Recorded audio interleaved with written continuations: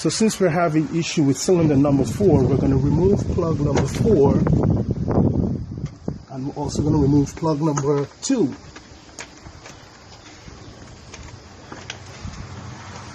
Now you must understand we have replaced all the spark plug brand new, but when we look inside the spark plug wire itself, we're going to notice a difference on how far the terminal for the wire sit inside the spark plug boot. We will notice on this side, which is cylinder number 3, actually cylinder number 2, is more towards the end, while cylinder number 4, the connector is pushed back all the way here. So when the spark plug boot is installed, it is not directly connected to the spark plug electrode. So we will simply replace these wires and we will solve code P0304.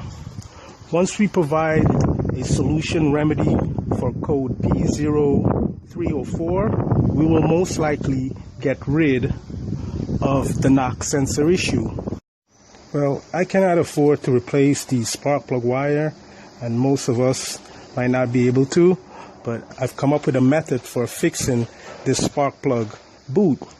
And what you could do is you could take a little wire like this. This is a cotter pin, and I made a hook on the end. You're going to grab it with your vice grip, and you just want to push it in there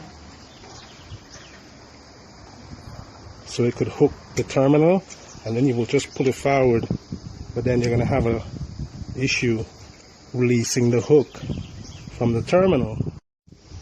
So this might become a problem to get out. So what we're going to have to do is just continue to pull on this until we could pull the socket right out of the boot. And now we need to disconnect our hook inside of this. This is the part that will clip to the top of the spark plug. You see, this part here was sitting way back here, and it was just creating an arc between the terminal and the spark plug, giving us a weak spark. But you see it get hooks right there, or it could get hooked up in these. So you're gonna have to really innovate here, and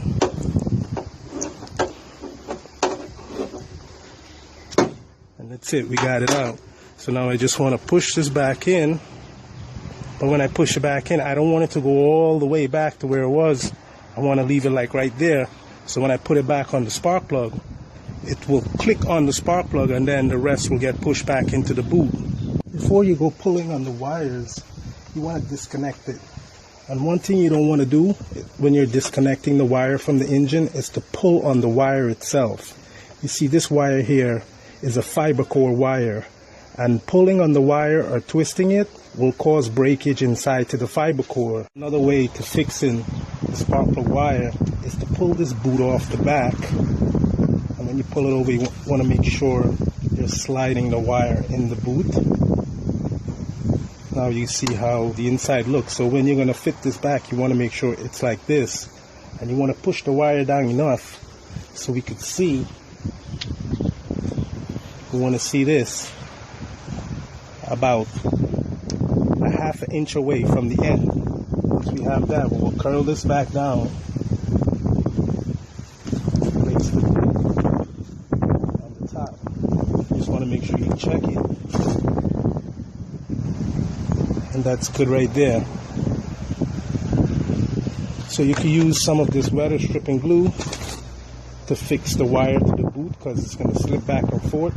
And when you clip this in to the spark plug, you want to make sure the end clip, you want to hear the clip noise on the spark plug when you install this boot. Since this is number 4 spark plug wire, we will want to take our multi-volt meter and place one probe on this end and one probe on this end, and we should get a reading for the number 4 spark plug wire of 12.5 ohms. That would also be 1,250 ohms. All depends on what setting you have your ohms meter, multi-volt meter on. So cylinder number 1 will be 6.5 ohms, and your test must be taken at 77 degrees Fahrenheit. Cylinder number 2 will be 10 ohms, Cylinder number 3 will be 8.5 ohms. Cylinder number 4, 12.5 ohms. Cylinder number 5, 8.5 ohms. And cylinder number 6, 11.0 ohms. So